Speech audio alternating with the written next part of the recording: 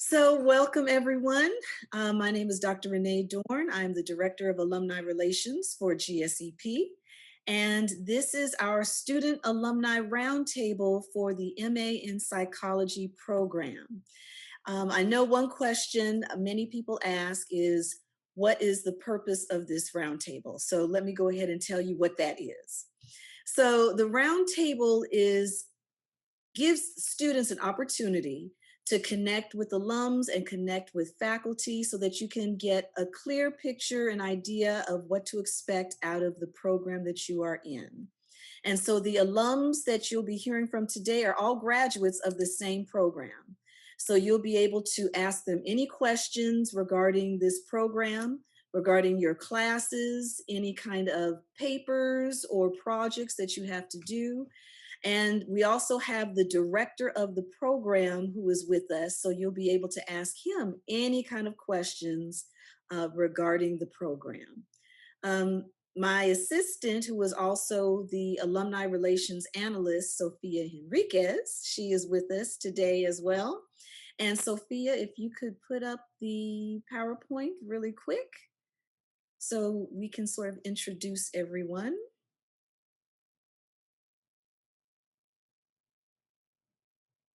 All right, so we have with us today our Associate Dean of GSEP and Program Director for the Masters of Arts in Psychology, the evening format, and that is Dr. Robert DeMeo.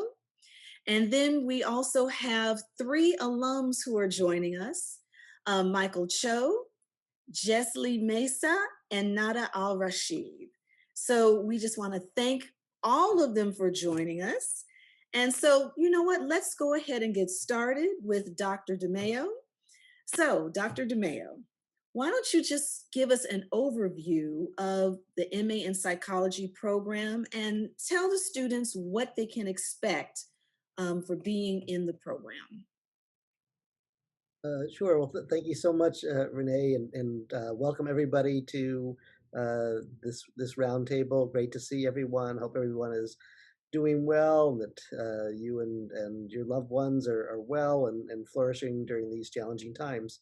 Our MA in Psychology program, oftentimes referred to as our General Master's program, students, I'm eager to hear our alums talk because, as you all know, the program provides a general preparation at the master's level in psychology.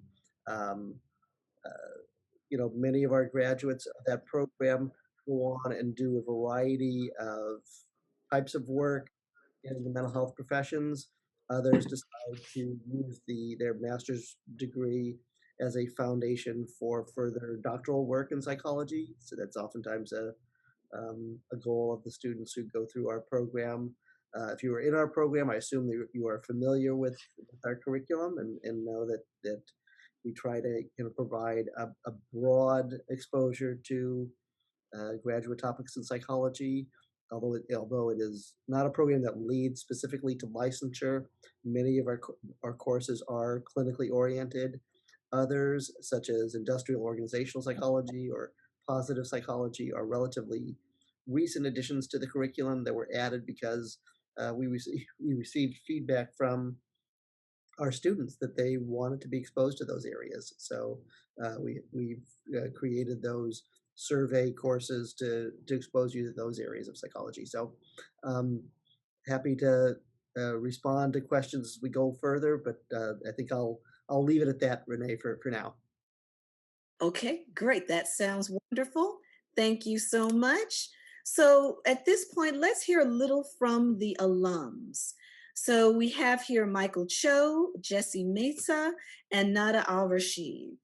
So thank you for joining us today. So let me start with Michael. Why don't you tell us a little bit about yourself, what you're doing now, and then why did you choose to get an MA in psychology? Hi everyone, I'm Michael. Thank you, Renee and Dr. Nemayo, to host this. I think this is going to be very helpful. When I was a student, I was very confusing. I was very confused with what I'm going to head to, and I'm sure this is going to be very helpful for a lot of students. And welcome all students and psychology fellows I'm very glad to see a bunch of people who are very enthusiastic about psychology because I personally love psychology, and that's part of the reason why I attended the program. Um, right now, I run my own private practice to help students who transfer from community college to a four-year university, and also helping them to find what the goal is in terms of their career, their aspiration, and what their ultimate lifestyle wants to be. So it's kind of like a mix of mission counseling and career counseling for transfer students. So that's my private practice.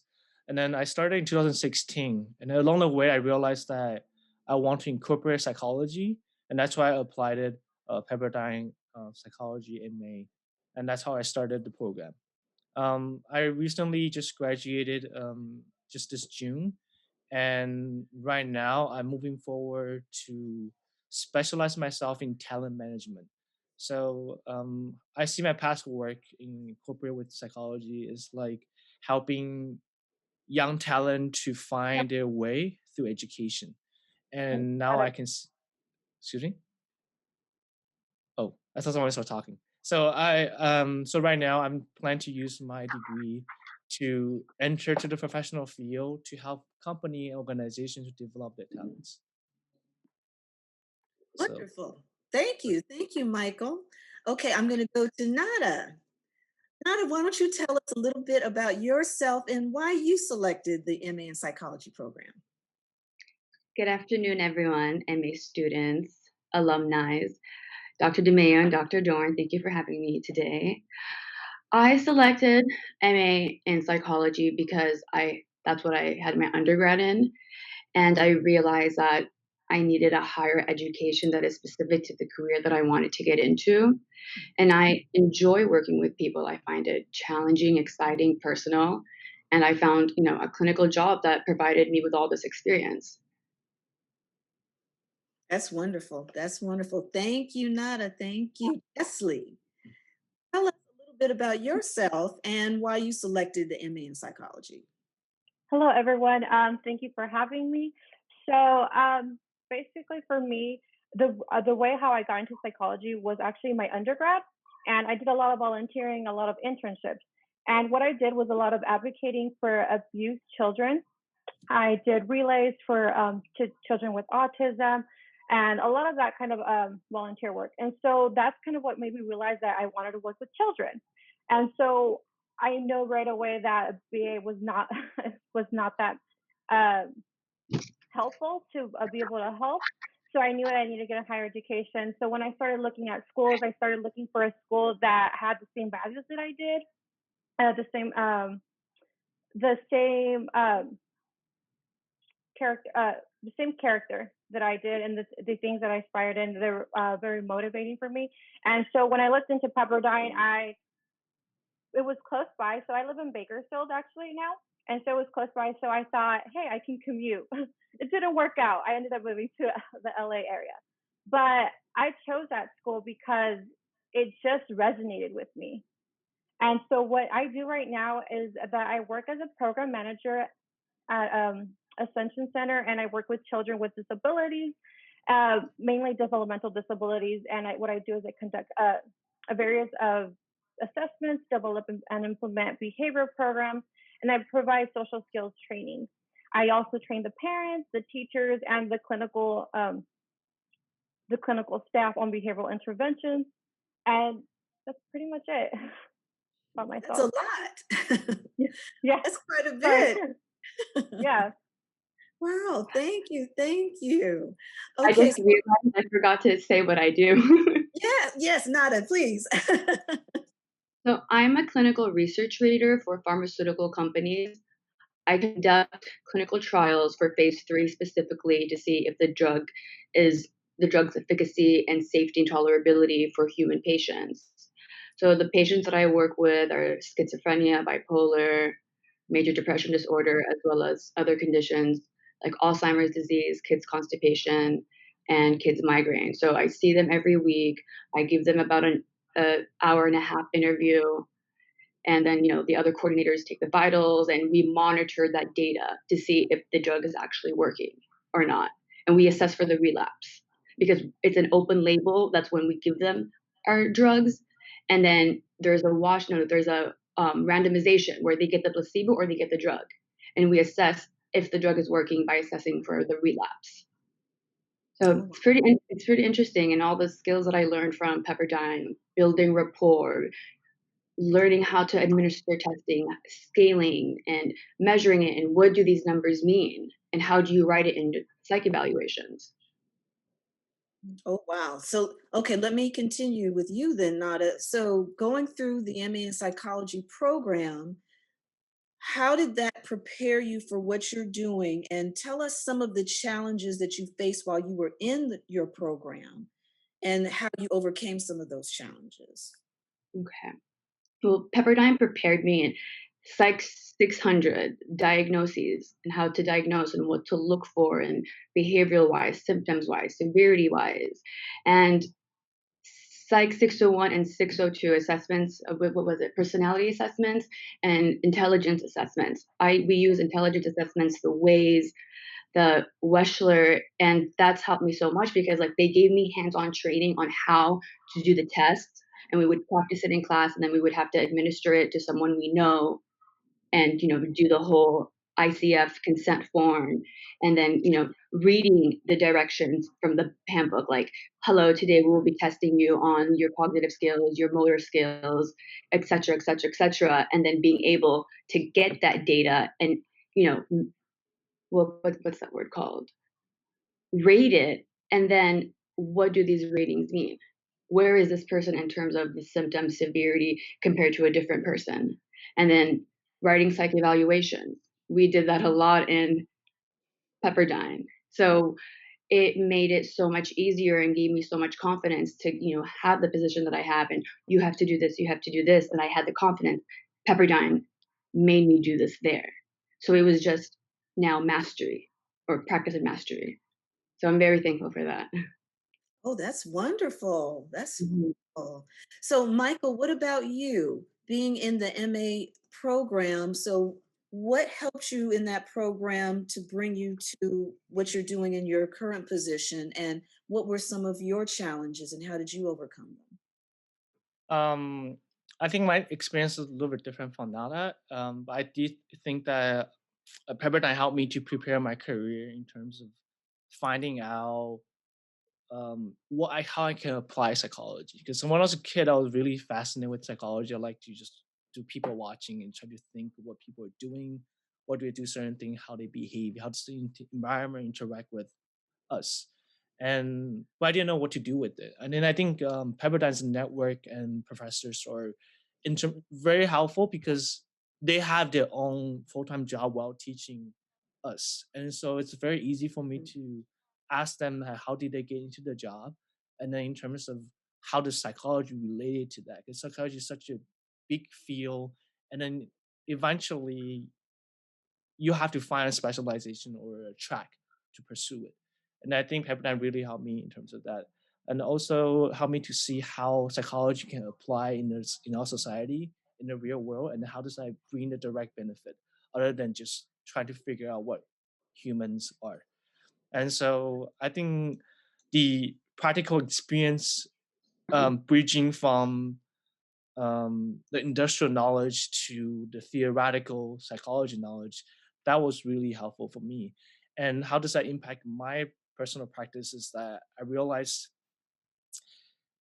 psychology is very theoretical, and then be able to turn it into practical, it's gonna be very, very first of all, it's going to be significant, so it's totally worth to do it. But it's also very complicated because we are very complicated.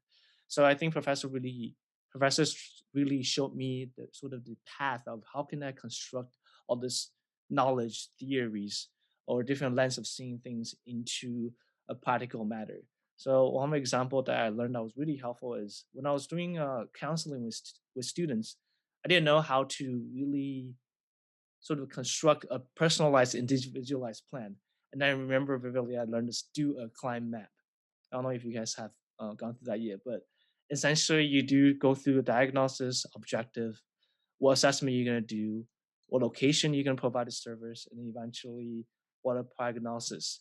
And I thought that was really, really helpful to turn just thinking about how can you help a person to be um, have a better lifestyle or just have a better well-being in general into okay how I'm going to target this single issue that might be very hard to identify in daily people's life, and then bring this psychology background and knowledge to really target that symptom and be able to help them to have a better life in a very concrete way, not just saying that I'm going to help you psychologically reduce your stress, right? Everyone has to feel. So I think that's what really bring me to the talent management, because I realized that what I'm passionate about when I was a kid, and then even when I was studying neurobio when I was in college, that's what ultimately I want to do is to help people to grow their passion and talent, and that's what I'm specialized in, and that's why I got the most from the Pepperdine. It's that practical, um, in the field, get your hand dirty, kind of practical, bridging from theoretical theories into practical workplace knowledge. Wow. Okay. Wonderful. That's good to know, though. Thank Yes. you. Thank you.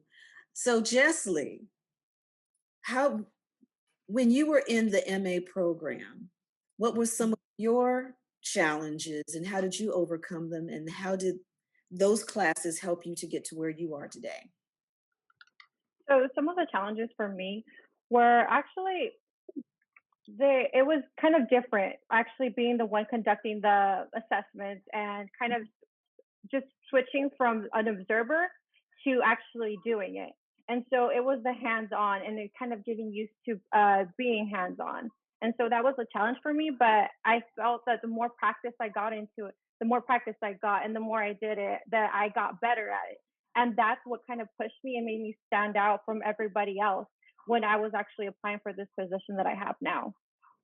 I think the classes that prepare, I think all my classes prepared me for the position that I have right now. Diagnosis, all the kids that I work with have comorbidity. Um, I design the classes exactly like Michael was saying, the creating that plan. So I create treatment plans. So that helped me how to create a whole treatment plan, as well as Nada was saying, uh, the assessments. So I do assessments. That's a big part of my job is creating assessments for the kids and following procedures. So hands-on training that I got, how to follow procedure and how to exactly do it to make sure that it is following protocol. So that was very crucial and very important. And it was challenging because I wasn't used to that. And so Pepperdine challenged me. And I think I did really well with that. Um, Another thing that I could say that was very challenging for me was kind of getting used to the kind of getting back into the rhythm of school and work and that balance, finding the kind of work school life balance. And so the thing that I loved about Pepperdine was that the professors were very accommodating. If for some reason I was still studying at 12 at midnight, I would email this professor and be like, this is what's going on. I'm having trouble understanding this. For some weird reason, they would still be up and they would just be answering me at that time. And I loved that because they were awake just like I was. And so I really did feel really supported. And I love that I overcame that challenge. Oh, that's good. That's Yeah. good. Now, I want to ask all of the alums, do you have any tips that you can give the current students to help them get through their program so that they can be successful and graduate? Anything that you went through that you thought, gee, I wish I knew this when I was in the program, but now that I finished, this is what I can tell someone that can help them. So I'll go back to Michael. Any tips? Um, do your assignments, like really try to do them, not just try to get it done. Really try to do them because they're valuing them. Even though, so from my past experience, I didn't click with all the professors. Some professors are just I just don't like the way they teach. But you cannot deny that there are value in there. And just like how you heard from all of us, the practical hands-on thing might not be easy, might not be pleasant, but is useful. And then now I cannot wait to do all these practical things because I did not miss the opportunity to try to do my assignments really hard. I know the tests matter more, but the assignments are really what I learned the most. And so my suggestion will be, if you don't click with the professor or if you don't click with the project or assignment, still try to do your best and then believe that this program is being designed by many, many brilliant people. And there's a value in that. And then if you wanted to go through this and finish this degree, even though you might not find a value at the moment, but you will know why this professor has been teaching in Pepperdine for 10 or 20 years. There's going to be something there. Even though he or she might be very, very old school, they still have more knowledge that can provide for you. And then besides connections, if you do really well, they will recommend you, refer you to an organization that you might even not even dream of knowing it or even be able to work for them. So I'll say if you don't feel like clicking with anything in the program, first of all, that's definitely only the minor part of it. Um, Try to do your best every single moment. It's not cheap. And then your time is valuable. So get the best of it, even though you might think that the knowledge is not going to be applicable, it will be applicable. Like you will find out about that. So that'll be my advice for you guys.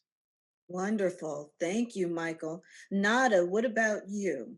Any tips or advice that you can give the students? Yes. Number one, there's no shortcut. Walk into every class as if it's a job interview and show up excited to learn. People can take everything away from you except your knowledge. So embrace the challenge. And time management. Know how to manage your time. We have 24 hours during the day, 8 hours of sleep, 6 hours of class. What are you doing with the rest of the hours to help you be a better student? And read and take advantage of the writing center. That's what I did with all my papers. When I was having a hard time, when I would get writer's block, I would always go to the writing center, and they were very accommodating. Julie Steinberg, I think that was her name, she helped me tremendously. And career services. And lastly, take care of your health and your education like someone you truly care about. This is your time to invest in yourself. And always remember when you feel down that I think 6 to 9% of Americans have their master. So be part of that percent. Well said. I like that. Jessley, what are some tips that you have for the students? One of the things that I wish I started early on in my process with the process was actually asking the professors if I can record their lecture and listen to them while I was driving through traffic. I wish I started that early on because I could be listening. If I was waiting in traffic for 40 minutes, during those 40 minutes, I could have listened to the whole lecture. And during that lecture, we could have been going over what's going to be in the exam or even the questions that students have. They will be those questions will be answered during that brief recording. So I wish I would have thought of that at the beginning because that would have saved me a lot of revision with my notes. And like Nada said, like use your time wisely. I mean, you do only have only a certain amount of hours in the day, and like she said, if you are lucky, you get those 8 hours. And if you a full-time student, 6 hours, and then if you work, so that's less hours that you have to dedicate to your education. Another thing was really learn how to read efficiently. So read for big ideas, read for key details, and read the book once with your notes multiple times. So if you read how you're supposed to read and if you don't get distracted and you take notes while you're reading, you shouldn't be reading your book again because you took those notes really well.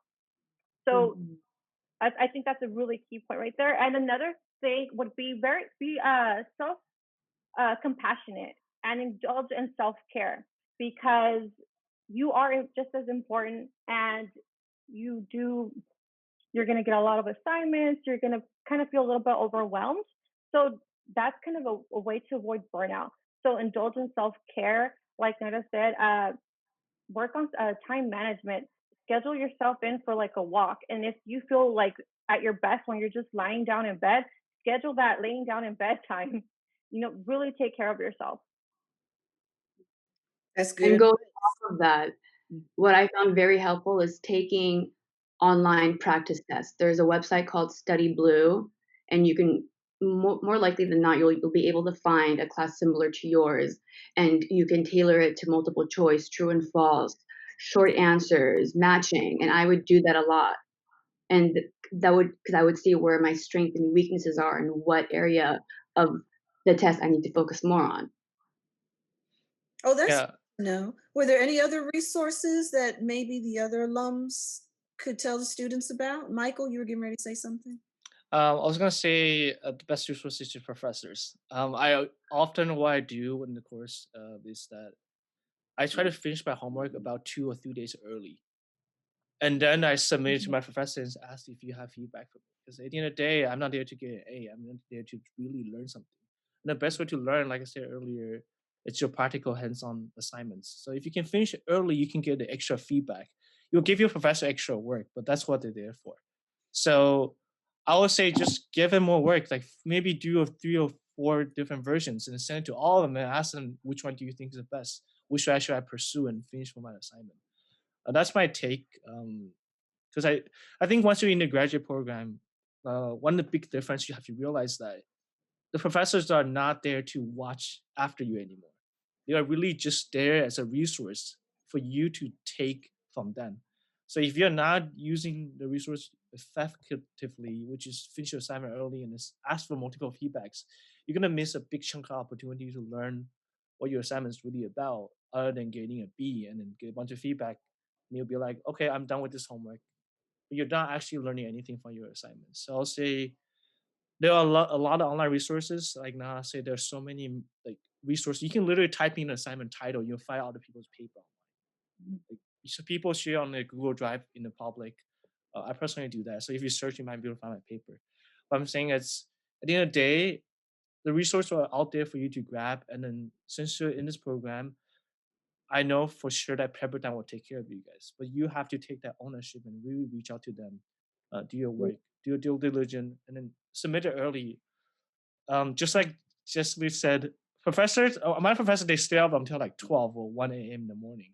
That they really reply my email in the middle of the night. I was so touched because I was struggling to turn it in, even though I already submitted it way, way, way earlier.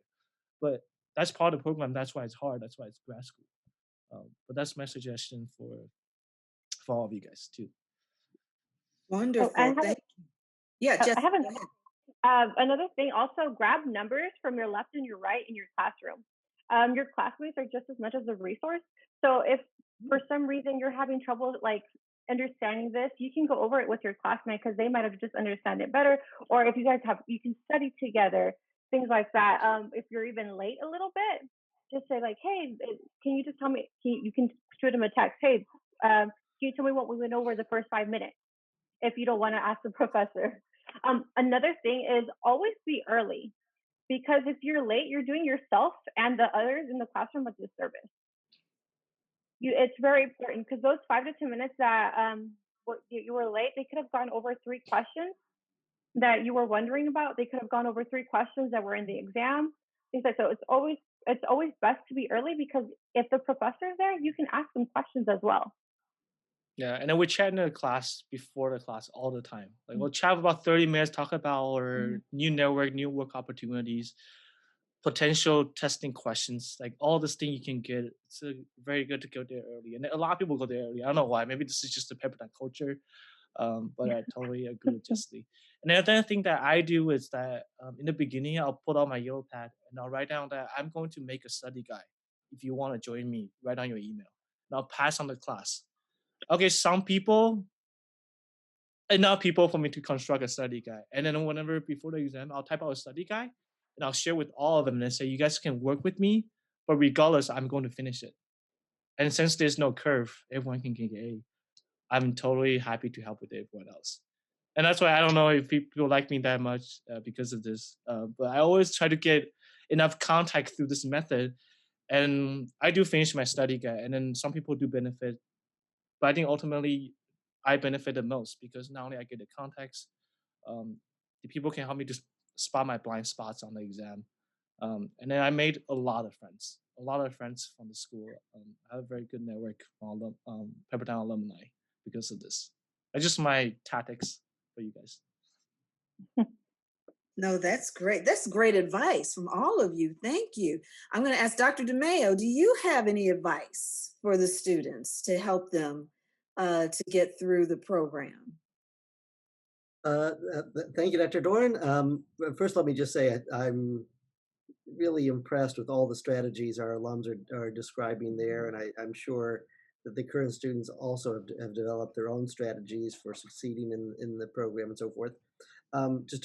Just to reinforce several of the messages that I hear, um, I think that the more um, our students connect with faculty, connect with each other, um, uh, you know, really fully engage in um, collaborating with their classmates and engaging around the material, the richer the experience is. And, you know, uh, Michael, I'm a little surprised. I was a little surprised to hear about faculty keeping those late hours. That They uh, do, they do very well. but I don't know if everyone does. I'm more of a morning person myself, but uh, uh, I do think faculty, like to hear from students and want to be responsive and want to engage with students, and that especially now that we are online.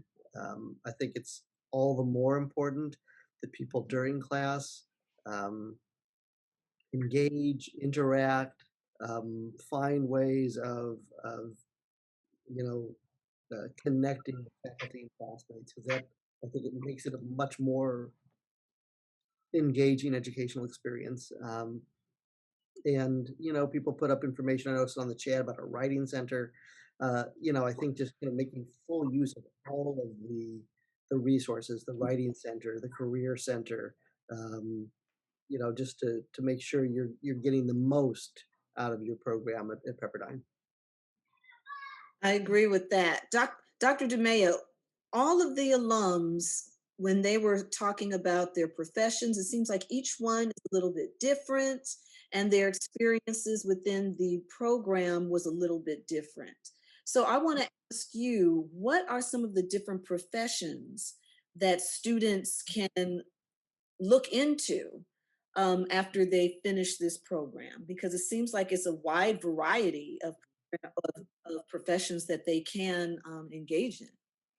Yeah, that's a great question, and I think our three alums are a terrific example of the breadth of opportunities that students pursue, from working as researchers for private industry or universities. Um, just like mentioned, being a program manager. Um, Michael was talking about really having a business where clearly your graduate education in psychology is directly relevant to your effectiveness in working with students transferring from Mhm. uh, community colleges to four-year institutions, and so um, so I think some students are more kind of entrepreneur, have more entrepreneurship, are more oriented in that way, and want to start their own business where they apply psychology. Others, um, I noticed one person mentioned the area of talent management. We've got a lot of students who have pursued opportunities in human resources and so forth. So there's just a lot, and then of course the other huge avenue that many of our graduates from MAP pursue are applying to doctoral programs to um, take that career path towards becoming licensed as a psychologist. Right. And so actually, students, after they finish the MA program, they could technically enroll in or apply for the PsyD program. Yes, so ours as well as other PsyD programs, PhD programs, and we have students usually applied broadly to a variety of different types of doctoral programs. Okay, wonderful. So it seems that for all the students, you've received a lot of advice today. So now I want to know, what questions do you have for Dr. DeMayo and for our alums? So you can take yourself off mute to ask a question, or you can type it in the chat. Either way, I know Nada has been responding to some students as we've been talking. But if you have some questions, let us know what questions you have regarding your classes, maybe any kind of projects or anything. This is your time. Go ahead and let us know what questions you have. A question. So Yes. I want to know how I could make myself more marketable. I haven't had a job in about maybe 2.5 years. So that is a huge gap. It's a big minus. So I want to know how I could make myself more marketable. And I have one more semester to graduate from the program. Okay, any alum or Dr. DeMayo? I would use LinkedIn and put myself out there and what interests you? What do you want to be? And that's how start following people who have your position and reach out to them. And I the thing that works sorry. is the position that you want. Go online and look at on what is it, Glassdoor, Indeed. Look at the requirements and the skills that they want you to have, and try to expand your skills more. I agree with Nada. I think at the end of the day, you need to know what is the skill gap that you have. If you have all the qualifications, then you should on your way to acquire that position. But I feel like right now, if if you know what you wanted to do, go identify the skill gap and then try to either, because right now online learning is so abundant. You can get a license, you can get a certificate from LinkedIn Learning, Coursera, Udemy. You can really fill in that skill gap. But I personally, I don't think that with the MA psychology, you can get any professional kind of work unless you identify yourself and then really fill in that skill gap. Um, that's why a lot of people still, I think that's the reason, part of the reason why people pursue PhD after MA psychology.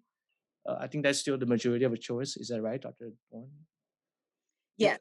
Most of the people, right? Yes. So I Many personally, people can. Many people can. many Yes. people can. What So happens if you get rejected? Then yes, what? yeah. That's what So happens to you have to identify what that is and then try to fulfill that skill gap. And then I recently watched a TED talk. I'm also looking for a job right now, so I cannot really tell you what to do, but I can share some of my experience in this. I think you have to create a career brand, and the career brand is what are 3 things that you're best at, and then what kind of environment you want to work in. And then if you can identify that, um, then you'll be able to sort of pitch yourself to the people that you network with. Because when you're networking with other people, people first thing gonna ask you is, what do you want to do? And then second thing they're gonna ask you is, tell me about yourself. So if you don't know that 2 answers, then you won't be able to really network and brand yourself out there for people to help you if they do see you, if they do see your potential. It's like, I see you as a great person with a lot of potential. And when I ask you, so what do you want to do? You say, I don't know yet. Then I cannot place you anywhere. I cannot give you referrals because I don't know how I can help you. So identify your career brand.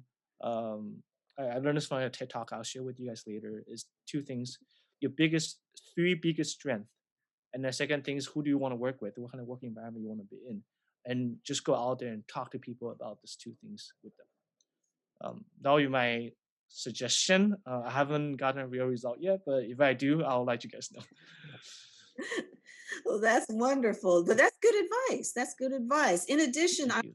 want to add, because Nada did mention LinkedIn, also go on Pep Connect if you aren't already on Pep Connect, so you can look for who are working in the areas that you're interested in, and you can connect with them as well to talk to them about their careers and things that you may be interested in doing.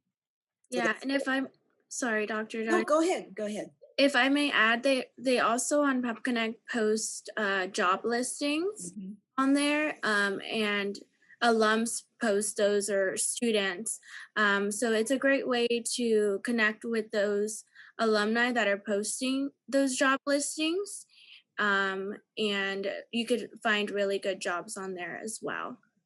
That's right. Handshake too, right? Handshake too, yes. Handshake as well. And if you also talk with career services, Mhm. and Yaz Hardaway is the executive director for career services. So you can talk with her, make an appointment, and have a counseling session to go over your career goals with her and her associates. So that's another avenue that you can take as well. I wanted to ask a question. So first of all, thank you for being on Alum. Thank you for being here. So none of you pursued a PhD. All you have is your master's is my first question. And then my second question, so for you, Michael, you mentioned a private practice. Is that your own private practice without licensure, or can you elaborate on that a little bit? Yes. So I guess I'll just go ahead. So yes, I only have MA. I did not pursue a PhD. I started my private practice without a license, but it wasn't really a therapy. It's more like a college admission counseling. So essentially, I create a curriculum for them to go through to find out what their career is and then which college or majors that they should pursue, and then get them into those colleges. So I don't. I look it up. I didn't require a license, and it is not a therapy practice. LLC? Yes. LLC? Is that how you opened it? It's just a DBA. It's just all Oh, under my okay. own name. Yes. Okay, Okay. that's helpful. Um, Yeah, Chloe, you had a couple other questions. You were asking. Yeah, I was just confirming that it was only a master's level of education, and when pursuing like jobs at, I know Nada, you said you're at Advanced Research Center. Did you have any roadblocks with just your master's in psych? Well, Um, oh, sorry, go ahead. yeah, that's my question. Just like kind of going with Anusha's question, like how to market yourself with just a master's without any licensure. For my field, for you to have my position, you need to have a master or a PhD. So you can't be just have your undergrad. Right. So did you And just have a master's or do you have a PhD as well? no. I applied. So one of my challenges with time management while I was at Pepperdine was during fall semester before I graduated, and it was finals and my GRE. Doing all the research, writing the SOP, getting everything on time. That was a big, big challenge. And I applied to 2 schools and I got rejected. And I'm happy that I did because I realized that I don't want to do a doctorate in psychology. I'm more interested in the clinical pharmaceutical aspect of it. So I learned about myself. So Yeah. don't feel Interesting. discouraged that, I have to do this. Like, it's a journey. Embrace it. You don't have to, like everybody says, you need to get experience a year before. Some people don't. And if you work on yourself, you know who you are, you know what your purpose is, and you're working every day doing little things to get to where you want to be, it'll come to you. Got it. Yeah, no, totally. Yeah, so I currently have my own coaching practice. I'll finish my master's in December, but I'm just worried like not having the ability to work with more vulnerable populations because I don't have licensure. So that was kind of where my question was coming from. Well, Jessley, why don't do you have an answer for that question since she was talking about working with vulnerable populations? Okay, so for that, you do have to have experience with working with a vulnerable population. If you never worked with them before, so definitely try to get experience in the clinical setting, either through a job or through volunteer work. You can do this. I don't know if I mentioned where I used to volunteer at. So I volunteered at CASA. So there are court-appointed special advocates, and they, like I said, they work with children that have been abused, neglected, and I believe they pretty much have a CASA in every city. They have one in Bakersfield. They have one in the LA area. So the thing with that is that you do have to volunteer for 1 year, and so you have to have that commitment, and you do get experience of working with that population, specifically with children. If you don't want to work with children, there's also advocating for victims of sexual trafficking. So you kind of have to figure out what population you want to work with. And once the thing with that is that you get a certification to work with that population once you go through those trainings. There are trainings for domestic violence. So you can do that training, so you get that experience working with that population. It just depends who you want to work with, the demographic, all that stuff. And once you do that, then you have the experience, and that can back you up with that.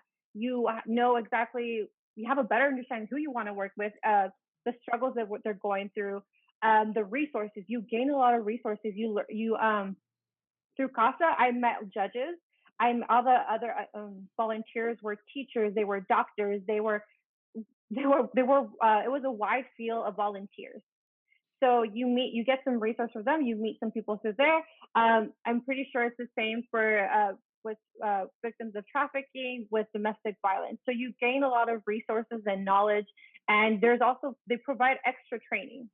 There's different kinds of training that you can get. And so you just kind of have to figure out exactly who you want to work with, and if it's not for you. Because if you realize, hey, I've done a year with CASA and I realize I don't want to work with abused and neglected children, it's good that you know that then if you advertise that when you're working with your company or with your profession. So you kind of, you don't learn that later on. You learn that early on. So I think that if it's best to figure out who you want to work with and kind of do the volunteer work. And because you do the volunteer work, you still get the certification, the training, the knowledge, you make that connection, the networking. And that's how you move from there up. I hope that answered somehow your question. Super helpful. Thank you. Yeah. Dr. DeMayo, I want to ask, because you were talking about volunteering or interning, would it be best to do that while you're taking these classes or after you've already graduated?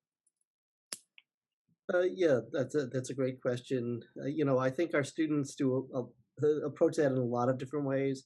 Obviously, many of our students are working full time. That limits some opportunities for volunteer work.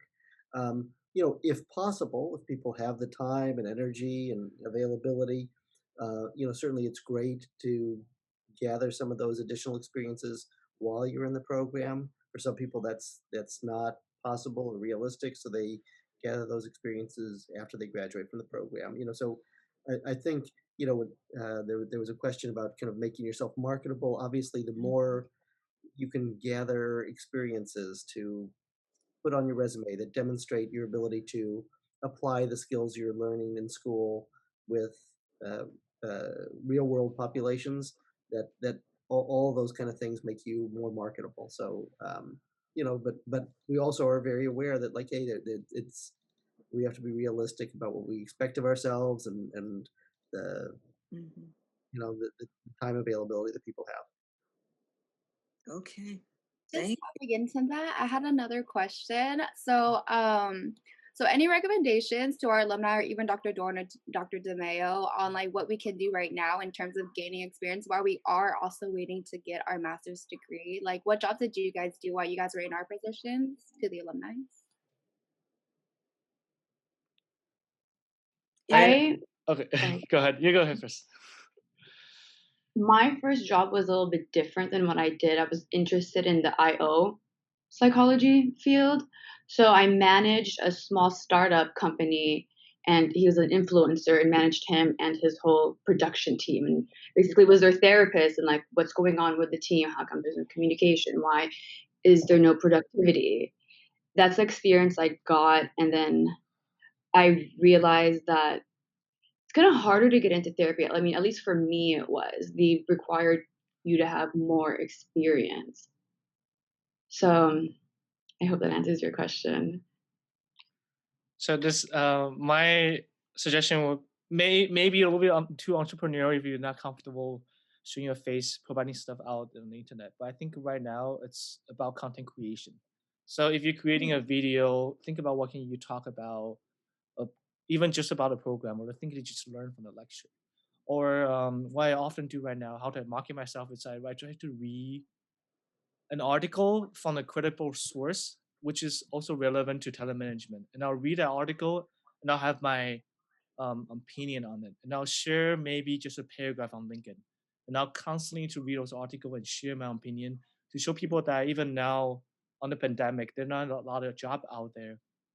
I'm still consuming information and try to update my skill through literacy. And then by sharing my opinion, maybe people will catch you just because they like your opinion. They think where you're going or the way you do things. They like really like it. So that's one way to market yourself. But that's how I do it. I think you can do a podcast. You can even just put a zooming thing like this and then publish on YouTube is another way of content creation. So I think right now, under the circumstances, if you're able to meet with people, then create content, and your content will go out to the internet. People will find those content, and they will find you eventually if you leave enough trace on the internet. So that's my suggestion to this. That's what I'm currently doing, and that's also one part of the reason why I attend this, because I think I have something to offer. And since there are people out there asking for this information, why not participate? Why not engage with people? Why not provide what I can offer to them? Are you looking for an intern, Michael? Excuse me? Are you looking for an intern? I'm actually looking for a job, so I'm not looking for any intern. But feel free to connect with me. I'll share my LinkedIn profile with everyone, and I'd love to share anything with you guys. So for me, what I did while I was there, I actually did tutoring. I tutored at the public library with children, and it was a program teaching them literacy. So I got a lot of experience with children, and and then I tutored younger teenagers, or wait, older, sorry, wrong way, older teenagers from 17, 18 that they were getting ready for transitioning into college. So just getting them ready to take the SAT, the ACT. And then what I also did is I interned for the sales and marketing company. And that was just working with conflict resolution and building up on those skills. So it was a little busy. No, that's good to know. That's good to know. Different areas of interest to look into while you're in the program, so you'll know what you may or may not want to do once you finish. So that's good to know. Any other questions? We have about 6 minutes left. So any other questions that you may have to ask our alums or Dr. DeMayo? I have a question. Yes. Is there a way to see what professors at Pepperdine are currently researching? And this question is also to the alumni if they got involved in any research while at Pepperdine. Good question. Good question. Yes. So if you, I know that there are some challenges with with our website. If you look in the Faculty directory. yes, And click on each name and see what they're doing. yes, that's usually the best way. So I also encourage people, when you are in class, don't be shy about asking your professor what if they're involved in research, if they have any opportunities, and so forth. So, but kind of going through the faculty directory and seeing, primarily it will be our full-time faculty who would be engaging in research. Okay. Any of the alums, were you engaged in research or currently engaged in any research? I did not engage in research, so but that's the best way to reach out. I think another thing that I often do is I just search their name on Google. I mean, if they have publication, it will pop up. Let's see. So for me, I actually was in contact with one of my undergraduate professors who happened to be my advisor. And so I made that connection. I made sure to stay in touch with him. And it turns out he needed someone to help him with interpreting data. So that's what I did.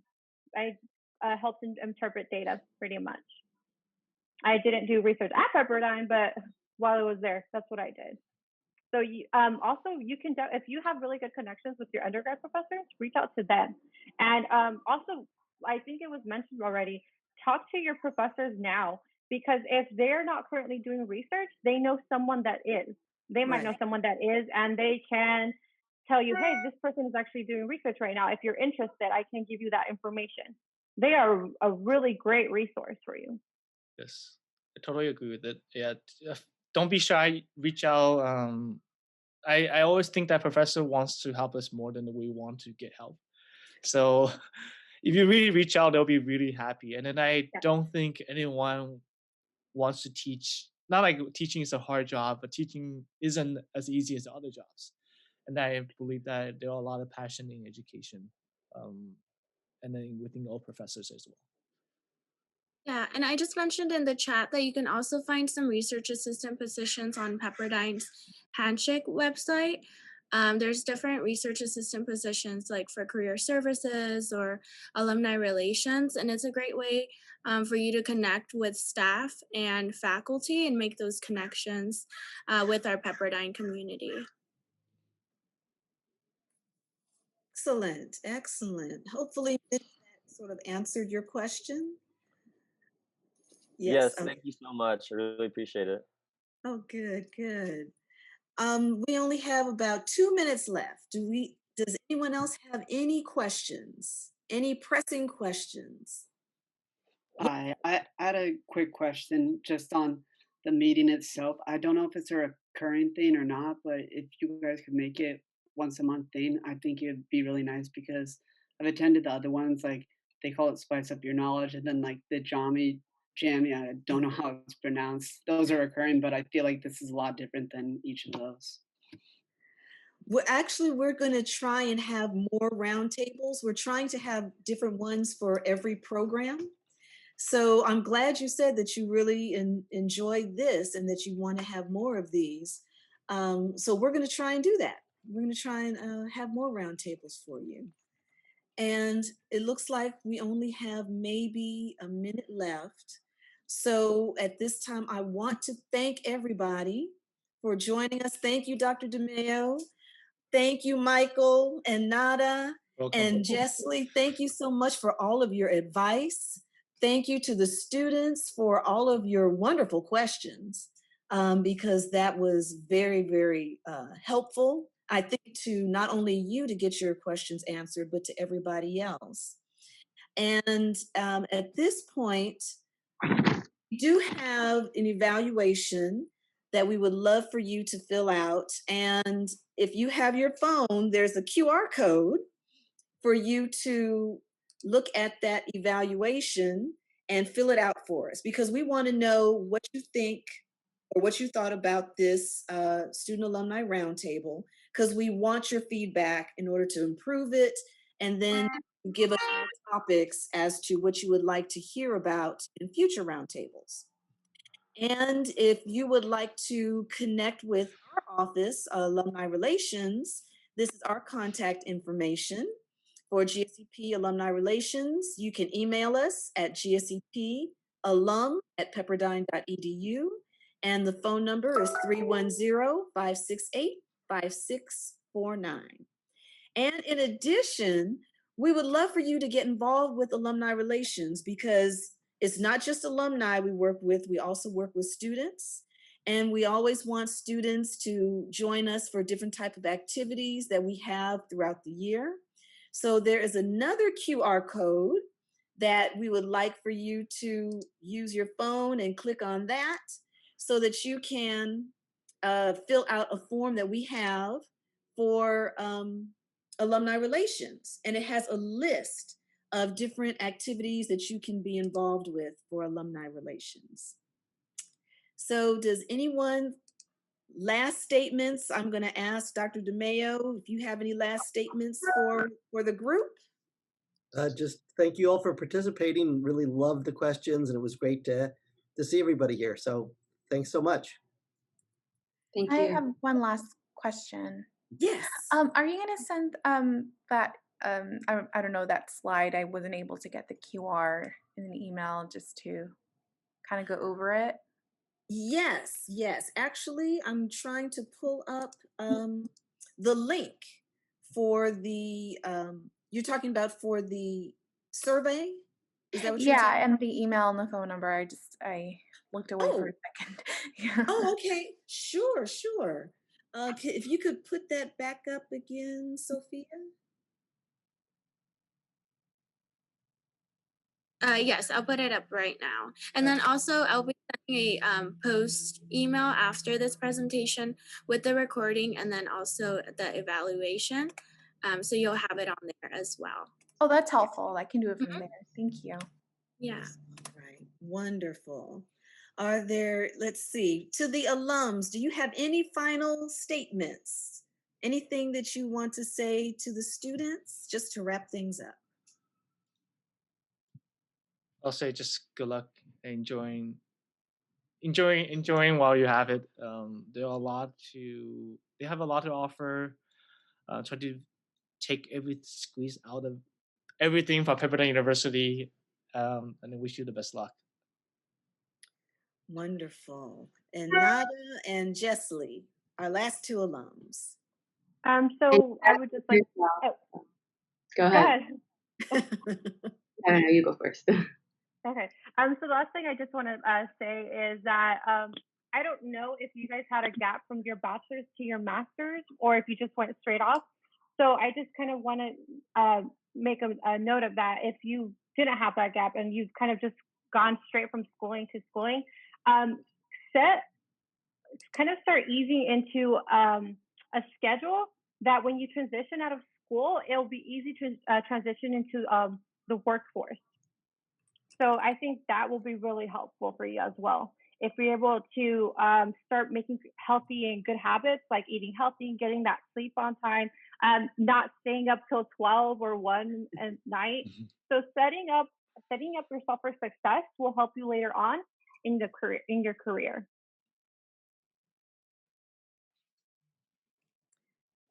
Let's see. And then Nada, I think you're the last. Make it quick. Know yourself, know where you're going, and do the little things every day that will get you closer to there. And stay positive.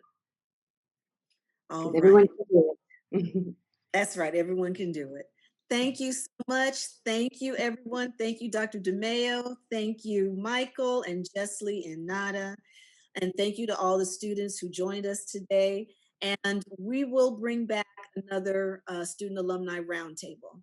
So thank you so much. And I did put the survey link in the chat. So you can go in the chat and click on that so you can go straight to the survey for an evaluation.